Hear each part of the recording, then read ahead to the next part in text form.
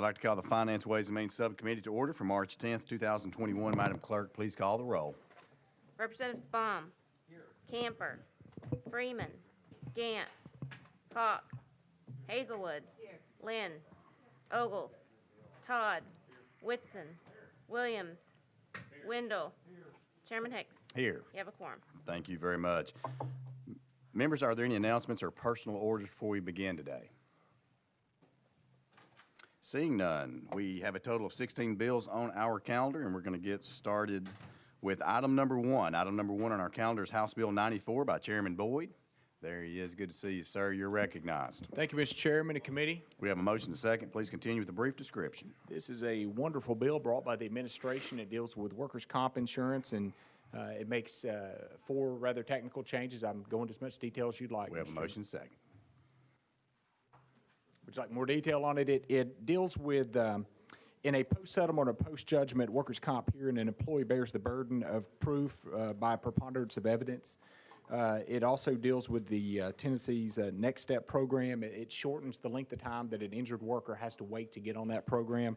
And it also adds judicial mediation to the list of mediation types that a workers' comp judge can use. Thank you for that description. Members, any discussion on House Bill 94? I do want to make note that we do have a funding letter for this particular bill, so we will be able to move forward if you so choose to do so today. So with that, any discussion? Seeing none, we're now voting on House Bill 94, moving on to full finance. All those in favor say aye. Aye. All those opposed, no. The ayes have it. House Bill 94 moves on to full finance. Thank you, Mr. Chairman and committee. Thank you. All right, members, that brings us to item number 2 on our calendar. Item number 2 is House Bill 107 by Chairman Hulsey. Sir, you are recognized. Thank you, Mr. Chairman and committee. A brief explanation of the bill. You passed this last year, but the wording was a little bit convoluted, and it caused a great deal of confusion with clerks across the state. So we rewrote the bill, straightened that up, and it has a positive fiscal note on it. It is for people who deliver boats. We have 5 boat manufacturers in this state, and people who deliver boats, this is a tag for them to go on a trailer so when they go out of state, they don't get a ticket. All right, thank you for this description. We do have a motion to second. Members, any discussion on House Bill 107? Seeing none, we are now voting on House Bill 107, moving on to full finance. All those in favor say aye. Aye. All those opposed, no. The ayes have it. House Bill 107 moves to full finance. Thank you, Chairman and committee. Thank you, sir. Item number 3 on our calendar is House Bill 539 by Chairman Powers. And without objection, House Bill 539 will be rolled 1 week. Rolled 1 week. All right, moving right along to item number 4. Item number 4 on our calendar is going to be House Bill 92 by Speaker Pro Tim Marsh. Sir, you're recognized. Thank you, Mr. Chairman. This bill is an administration bill brought by TDOT. It's concerning utilities. We have a motion to second. Please continue with a brief description. Present law requires TDOT to notify utilities by certified mail before starting a project so utilities can provide where their facilities are located within the project limits. This bill would allow TDOT to notify by email rather than certified mail and would save postage, speed up the information getting there, and save about $60,000 a year. With that, I'll answer any questions. Thank you for that description. Members, any discussion on House Bill 92? We do have a question here. Leader Camper. Thank you, Mr. Chairman. Speaker, in sending it via email, is there some way of accounting that they actually got the email? What are we doing to preclude, something from going in spam? They never did see it, and do certify there was a way to track that they got it, it came. Good question. What provisions do we have for that? Speaker Pro Tem, you're recognized. Very good question, and that's been brought up before, and they're going to send multiple emails to each utility, different departments, and if they don't hear back from them in a certain time, they will follow up again because they've got to hear from them before they start these projects. So it should be easy to monitor this. Okay, thank you. They assured me that they were going to make sure that there was no missteps in it. Thank you, Speaker. Thank you. Further discussion? Seeing none, we're now voting on House Bill 92, moving on to full finance. All those in favor say aye. Aye. All those opposed, no. The ayes have it. House Bill 92 moves to full finance. Thank you, Mr. Chairman, Committee. Thank you. All right, members, item number 5 on your calendars, House Bill 93 by Representative Garrett. Sir, you're recognized. We do have a motion to second. Please continue the brief description.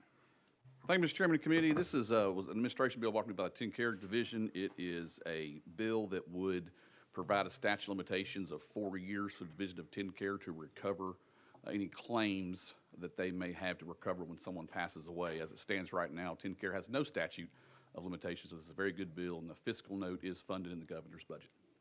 So with All right. that, I'll be happy to take any questions. Thank you, sir. Any discussion on House Bill 93? Chairman Hawk, you're recognized. Thank you, Mr. Chairman. And Chairman Garrett, thank you for bringing this. I think this is going to help families, number one, just bring clarity to the situation, as well as folks in your line of work who work in these civil and legal probate type matters. So I think it's a good piece of legislation. I'm glad you brought it. Thank you, Mr. Chairman, members. Thank you, Chairman Hawk. Thank you, Chairman Hart. Further discussion? Seeing none, we're now voting on House Bill 93, moving on to full finance. All those in favor say aye. All those opposed, no. The ayes have it. House Bill 93 moves to full finance. Thank you, Mr. Chairman sir. and Committee. Item number 6 on our calendars, House Bill 62 by Representative Carringer. There she comes. Ma'am, you are recognized. You do have a motion and a second. Please continue with a brief description.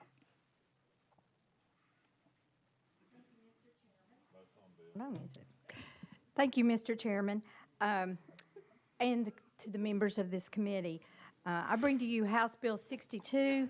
This bill deletes the advance notice registry, contact veto registry, and revises provisions related to the sealing of adoption records. The advance notice registry allows an individual 15 days notice before an adoption record is released to their biological child. The advance notice registry has been underutilized with only 32 individuals and no recorded hits on the registry.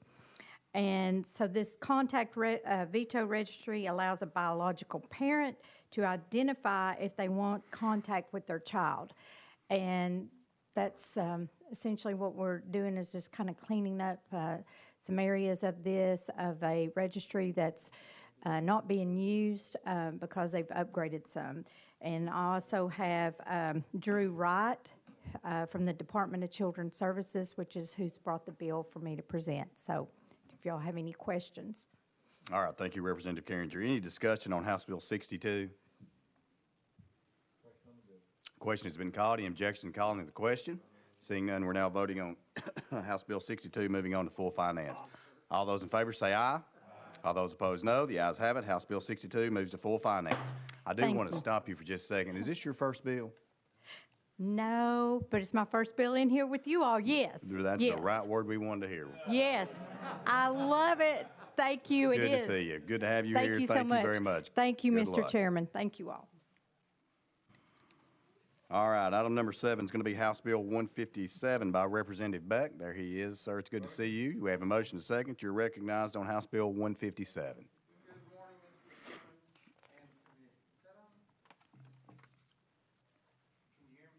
I don't know if that is on or not. Okay, it's on now. There you go. There we go.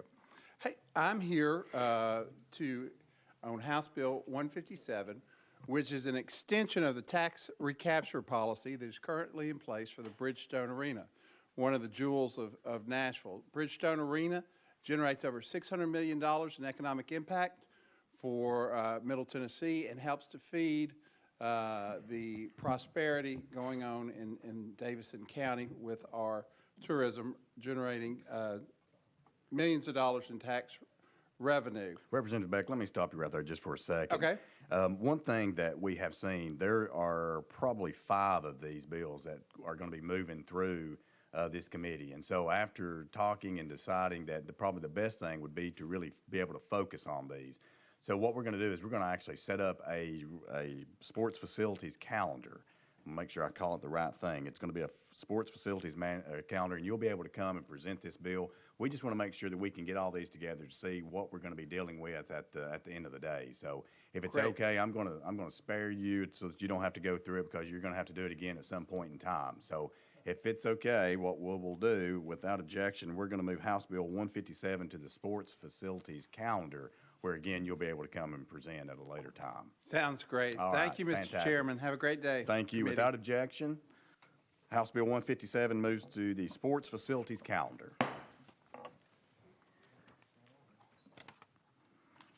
All right. That brings us to item number 8 on our calendar, is House Bill 20 by Representative Griffey. Good morning, sir. You have a motion and second. You're recognized on House Bill 20. It looks like you do have an amendment that you would like to put on this bill. It's drafting code 004327. Is that correct? Yes, sir. We have a motion and second on the amendment. We do have a motion and second. Would you like to describe the amendment, or do you want to put it on the bill and then describe it all Put it together? on the bill. Put it on together, all right. Any discussion on the amendment? Seeing none, we will now we're now voting on the amendment to House Bill 20. All those in favor say aye. All those opposed, no. The ayes have it. We're back on the bill as amended. Thank you, Mr. Chairman. Mr. Chairman, this, and members of the committee, this bill is a rural jobs incentive package. We've seen really good growth in our metropolitan area. What I'm trying to do with this package is incentivize some of our manufacturing and businesses to go to our Tier 3 and Tier 4 county. The amendment simply removed the population cap, and now it apply for every Tier 3, Tier 4 county. What it does, it increases the job tax credit from $4,500 to $9,000, and it's a franchise tax exemption if a company moves to a Tier 3 or Tier 4 county, brings 100 jobs with them, expends $5 million, and provides health insurance for the employees, similar to what we get with Blue Cross. The employer pays about 80% or something like that. So that's what the bill does. I don't have a funding letter of support from the administration yet, but if this committee thinks it's a good idea, maybe it might move on. I can, try to work that issue. It's maybe one of those bills. I've seen a couple of my bills from last year that seem to resurface with new sponsors this year. This may be one of those. Maybe it'll come around next year or something. So, but I submit it to your committee for a vote. All right, thank you, Representative Griffey. Let me just get that on record here, drafting code, and make sure that we put the right one on. That was 4327, the last four. Is that correct? Yes, Okay, sir. just wanted to make sure and get that in the record. Members, you've heard the description. Any discussion on House Bill 20 as amended? Seeing none, Representative, I think you kind of alluded already. There's a little bit more work needs to be done on this one, so we'll look forward to working with you as we go through that process. But unfortunately, right now, it does have a cost that's associated with, so until then, we will have to place it behind the budget and consider it at a later date. So without objection, House Bill 20 moves behind the budget. Thank you very much, Mr. Chairman. Thank you, members of the committee. Thank you, sir. All right, item 9 on your calendar is House Bill 99 by Representative Jernigan. We have a motion and a second. Sir, you're recognized.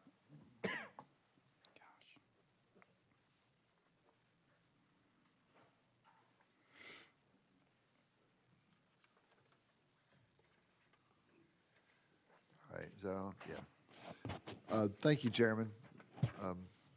Members, House Bill 99, a year or two ago, we passed the Dynamic Accessibility Act that dealt with the signage, of changing the signage, and in that law, to avoid a fiscal note, the sign would be replaced, be damaged, or through renovation. What we discovered was a couple of commissioners wanted to change it. They had the available resources to do so.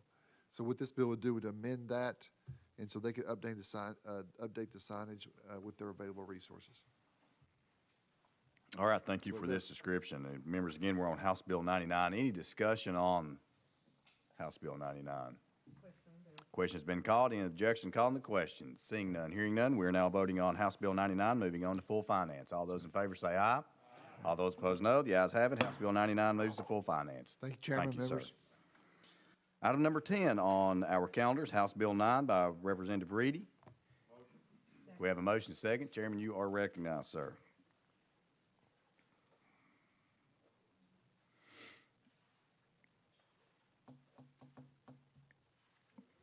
Thank you, Mr. Chairman and committee. This is one of the bills that was a casualty of the COVID last year. We had it to the House floor. But real quick, it's the repeal of the Locksmith Licensing Act of 2006. We do have a motion second. Please go right ahead. The only difference between last year and this year is the financial impact has decreased by $6,000. All right, thank you very much for this description. Members, any discussion on House Bill 9? Seeing none, there is a cost that is associated with House Bill 9, so still a little work to do on that one. So without objection, we will move House Bill 9 behind the budget. So without Thank you, Chairman objection, and committee. behind the budget. Thank you. All right, members. Item number 11 on our calendar is House Bill 519 by Leader Gant. Sir, you're recognized. Thank you, Mr. Chairman and committee. What this legislation does is, We have a motion to second, and Leader, we do have an amendment, it looks like, drafting code 004295. Is that correct? That is We have a correct. motion to second. Would you like to go ahead and get this on, or would you like to describe the amendment? let's go ahead and put it on. Okay, we'll go ahead and move forward. Any discussion on the amendment? Hearing none, seeing none, we are now voting on drafting code 004295 to be put on House Bill 519. All those in favor say aye. All those opposed, no. The ayes have it. We are now back on House Bill 519 as amended. Sir, you're recognized. Thank you, Mr. Chairman. What the amendment did is it actually takes the 7 remaining professions, and before the amendment, we had just 5 professions in there. So now we're actually repealing all 7 professions from the professional privilege tax. And that is it in a nutshell. We're just finally taking the last 7 professions and repealing those from this, in my opinion, very unfair tax. All right, So- thank you. Thank you very much. Any discussion on the bill as amended? Chairman Todd, you're recognized. Thank you, Mr. Chairman. I just appreciate the sponsor bringing this. This is long overdue. This was something that was passed many years ago that was going to be temporary as a budget fix when cuts were not apparently popular. But it needs to be repealed, and we need to show the willpower not only of this committee but of the General Assembly as a whole to repeal this completely. And I appreciate the sponsor bringing this. Thank you. Further discussion? You're recognized. Thank you, Leader Mr. Gant. Chairman. And I just want to add, it just has a very small fiscal note to it as well. So I'm sure we can probably work something out today if you'd like. Well, So I appreciate you bringing that to our attention, and it does have a cost associated with it, but I want to make sure, does anybody else have any comment on House Bill 519? Well, thank you very much, and I know this is a discussion that is going to continue, but as you said, Leader, there is a cost associated with it. So we will have to place it behind the budget and consider it at a later date. So without objection, House Bill 519 will go behind the budget. That brings us to item number 12. Item number 12 on our calendar is House Bill 522 by Chairman Williams. Sir, you're recognized. You have a motion and a second. Please continue. It looks like you have an amendment with House Bill 522. That amendment drafting code is 004604. Is that correct? Yes, sir. Okay, we have a motion and a second. Would you like to get the amendment on first? Yes. All right, let's go ahead and put that on. Any discussion on the amendment? Hearing none, seeing none, we're now voting on we're now voting on the amendment to House Bill 522. All those in favor say aye. All those opposed, no. The ayes have it. House Bill 522, we're back on it as amended. Sir, you're recognized. Thank you, Chairman and members. House Bill 522 as amended would allow for sales tax abatement for those storm shelters that individuals would purchase for their own homes. I recognize, too, Chairman, that it's a small number compared to professional privilege tax, and I stand at the will of the body. Thank you, Chairman. You guys are making this so easy as far as showing me those costs so that we can take care of them. So I do appreciate that. But this is, we do appreciate you bringing this bill. Is there any discussion on House Bill 522? Chairman Hawk, you're recognized. Thank you, Mr. Chairman, and forgive me for not asking this question of the sponsor before. Does it still include the standby generators as well, or is it just to the structure itself? You're recognized, Chairman. Yeah, thank you, Chairman Hawk. The amendment that we put on so that we could talk about the bill took the generators out because it did make even though any dollar is hard to come by in this committee, it made it virtually impossible with generators. But this would only allow for tax abatement of that first $10,000 only on storm shelters. All right, thank you, Chairman. Mm-hmm. Representative Lynn, you're recognized. Is this attached or detached from the house? it just is a prefabricated, it could be outside the home or inside the home. It could be above ground or otherwise. All right, thank you. Thank you. Further discussion? Seeing none, as the chairman has already alluded to, there is a cost associated with House Bill 522. So at this time, we will have to place it behind the budget, consider it at a later date without objection. House Bill 522 will go behind the budget. All right, item number 13 on our calendar is House Bill 85 by Chair Lady Hazelwood. Chair Lady Hazelwood, you're recognized. We have a motion to second. Looks like there's an amendment for House Bill 85. That drafting code is 004524. Is that correct? That's correct, Mr. Chairman, and I would ask that that be attached before we discuss the bill. All right, great. We do have a motion to second. Any discussion on House Bill on drafting code 004524? Hearing none, seeing none, we are now voting on amendment 004524 to House Bill 85. All those in favor say aye. Aye. All those opposed, no. The ayes have it. We're back on House Bill 85 as amended, and you are recognized. Thank you, Mr. Chairman. This legislation addresses the streamlined sales and use tax agreement. Those provisions are currently set to take effect July 1st of this year. Those of you who've been around on this committee or in this legislature for a while might remember that we are an associate member of the Streamlined Sales Tax and Use Tax Agreement National Organization, and that every 2 years since 2005, we've been extending, getting an extension on these provisions. So, but unlike in previous years, we as a state now have to consider that the postponed provisions in light of the Supreme Court decision in South Dakota versus Wayfair that authorized states to require those sales tax collections from out-of-state sellers. And this legislation will, per the amendment, will delete the postponed provisions, and that will, the things that are being deleted include definitions and administrative provisions that are not necessary unless Tennessee is a full member, which we are not. We'll continue to be an associate member. And with that, Mr. Chairman, I would request approval of House Bill 85. All right, thank you very much for this description. Any discussion on House Bill 85 as amended? Seeing none, hearing none, we are now voting on House Bill 85, moving to full finance. All those in favor say aye.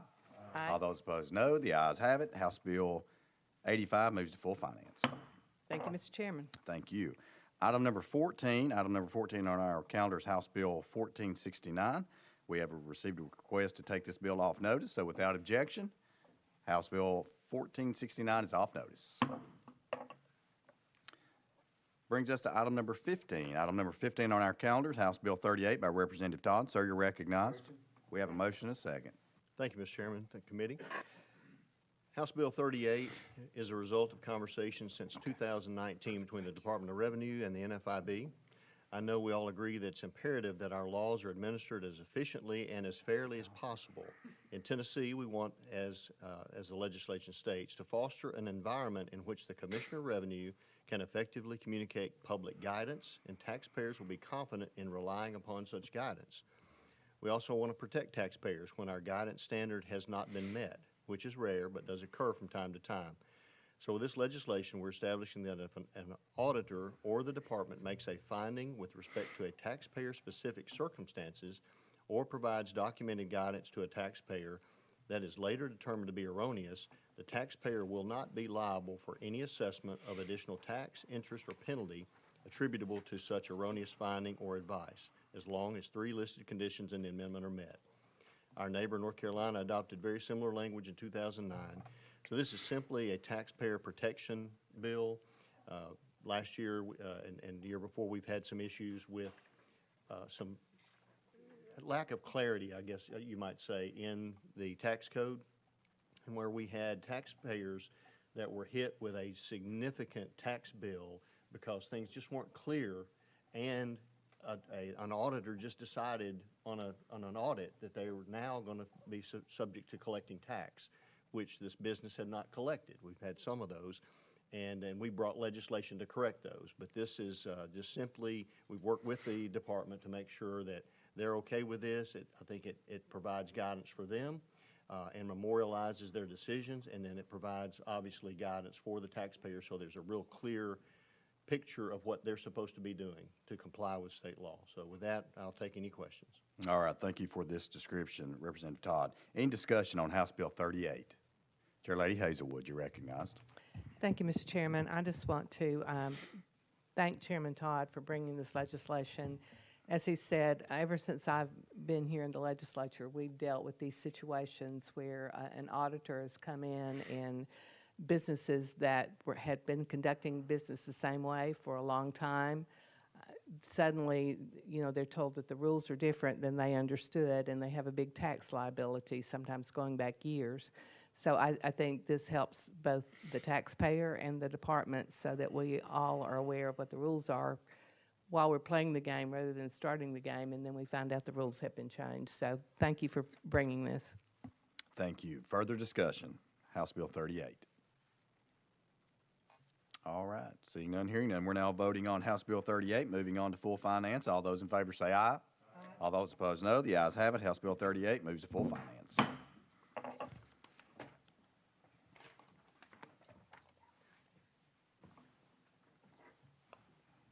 And members, we're now on the last item on our calendar. This is item 16. It's House Bill 1011 by Chairman Hicks.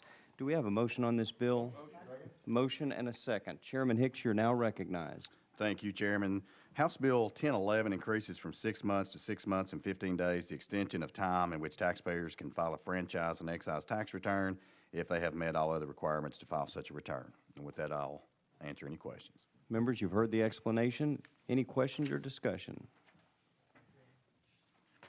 Chairman Hogg. Thank you, Chairman. And Chairman Hicks, I think this is a good piece of legislation. Is there, and I see there's no fiscal note at non-significant, but is there a potential that it could accrue in those 15 days some type of penalty or interest if there is monies due? Is that a concept that's been discussed? I don't know that I have heard that talked about, but to my understanding, I don't know of any, though. All right. And just to bring that up to the committee, and that may be something we get in full committee, but I support the bill completely. Thank you very much. Okay, thank you. Any further discussion? If not, then we are voting on House Bill 1011 to send it to full finance. All those in favor say aye. Aye. Opposed, no. House Bill 1011 moves to full finance. Thank you, members. That completes our calendar for today. Do we have any further business coming before the committee? I see none. Without objection, we stand adjourned. Seeing none, stand adjourned. All right.